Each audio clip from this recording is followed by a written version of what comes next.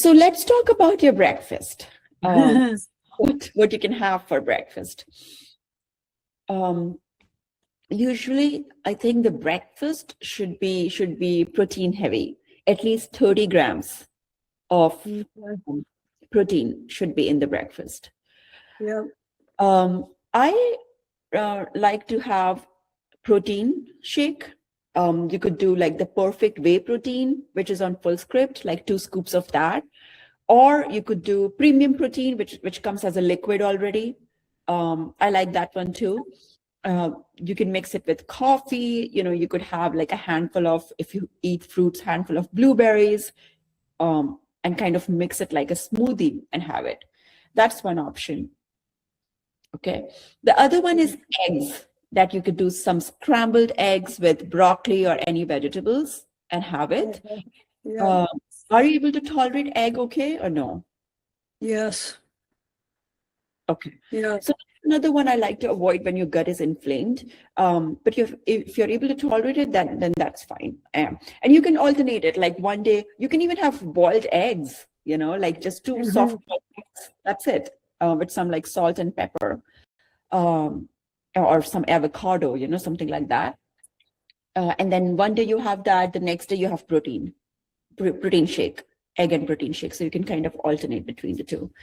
But I think this morning thing, just oatmeal is not a very good thing when you have this shakiness and, candida. So having more protein for breakfast is important. Okay.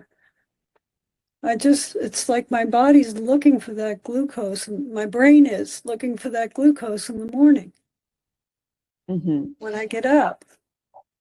So if I eat, let's just say eggs and broccoli or something like that, about an hour later, I'm going to start shaking. Then you do your breath work and humming. Okay.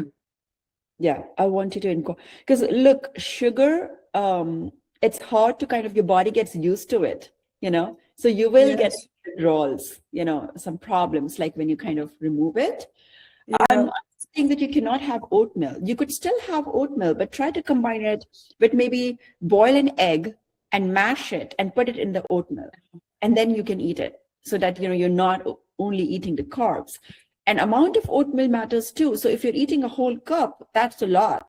So I would want you to have like 1/4 cup of cooked oatmeal and maybe 1 or 2 eggs with it.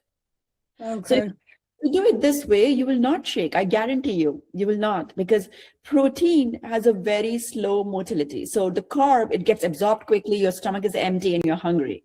But when you combine that with like egg, which has fat and protein, and avocado, you will not get hungry, because it goes into your system slower. That's the thing. Every time you're getting hungry, you can eat, but eat the things which is more like vegetables and protein and little bit of carb. Do not go for a bowl of oatmeal, even if you're shaking. Now, if you do that, like if you avoid eating that thing, if you do breath work, humming, other things instead, over time, you will see the benefit, your shakiness. It's the craving that you're getting, and you feel like, okay, now I have to eat the carb. And so you eat the carb, because that's, Yes, that's exactly it. Yes, but you don't give in to that craving. That's the whole point. Even when you start shaking, you start humming, or you go take a shower, or you do something else. If you're hungry, you're eating the stuff that I talked about, the anti-inflammatory list. Yeah. Okay. I'll share that again, like with you. I think I have a PDF. If not, I'll find one, the food items to eat for an anti-inflammatory kind of a diet, and it will have some recipes also, I think. So. Okay. I think I have that printed. I'll go find it. Yeah. I just couldn't get it to, I remember trying it and I couldn't. Yeah. And then I got all the shakiness again. And it's like, it's like an addiction. Yes, it's not going to be easy. I'm telling you, like you will get the shakiness, you will get the cravings, but keep doing it. Be consistent with it. And just think that, okay, if you do it, if you have the sugar, if you have the carb, then you're just basically feeding the fungus Yeah. And once the fungus gets the food, they feel good about it and they produce more mycotoxins. So it's like a vicious cycle. You have to Oh break it. no. Oh, it's awful. Yeah. Yeah. Yes. Oh, okay. Any suggestions for iron, low iron? How low is the ferritin? 10. That's low. So are you taking any iron supplements? I'm taking this thing called ferritin, 5 milligrams, and then last week I tried reacted iron by Yeah. orthomolecular, Yeah. and that's what flared up my gut. Yeah, that's how do you feel? Because ferritin is pretty low. How do you feel about like IV iron? I was thinking about it. Yeah, I don't know.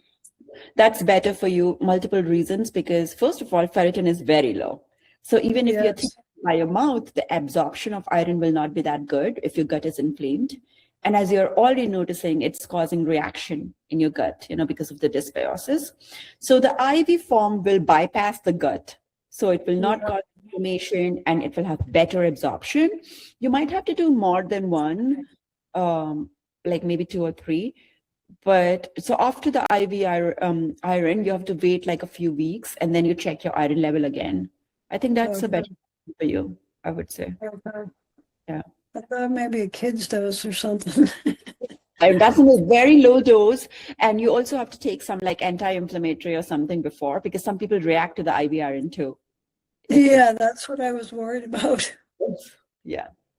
Yes. In terms of food, I can send a list of foods that you can eat. For example, beetroot. Beetroot is very good for iron. Spinach is very good when you have low irons. Eating spinach is great. If you eat red meat, that's also very good. It's a good source of iron. Nuts. I think we talked about the nuts also, right? Yeah, I eat a lot of nuts. Yeah. So those are all good sources of iron. But it also is possible that, there is some malabsorption. And that's why I'm thinking that for you, Go the with iron the IV. is a better option. Yes. Okay.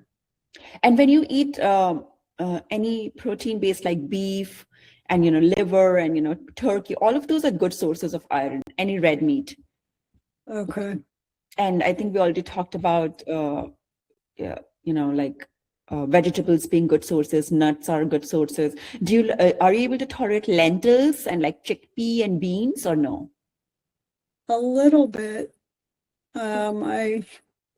It's hard to tell right now because everything I was doing was making me shake. Yeah.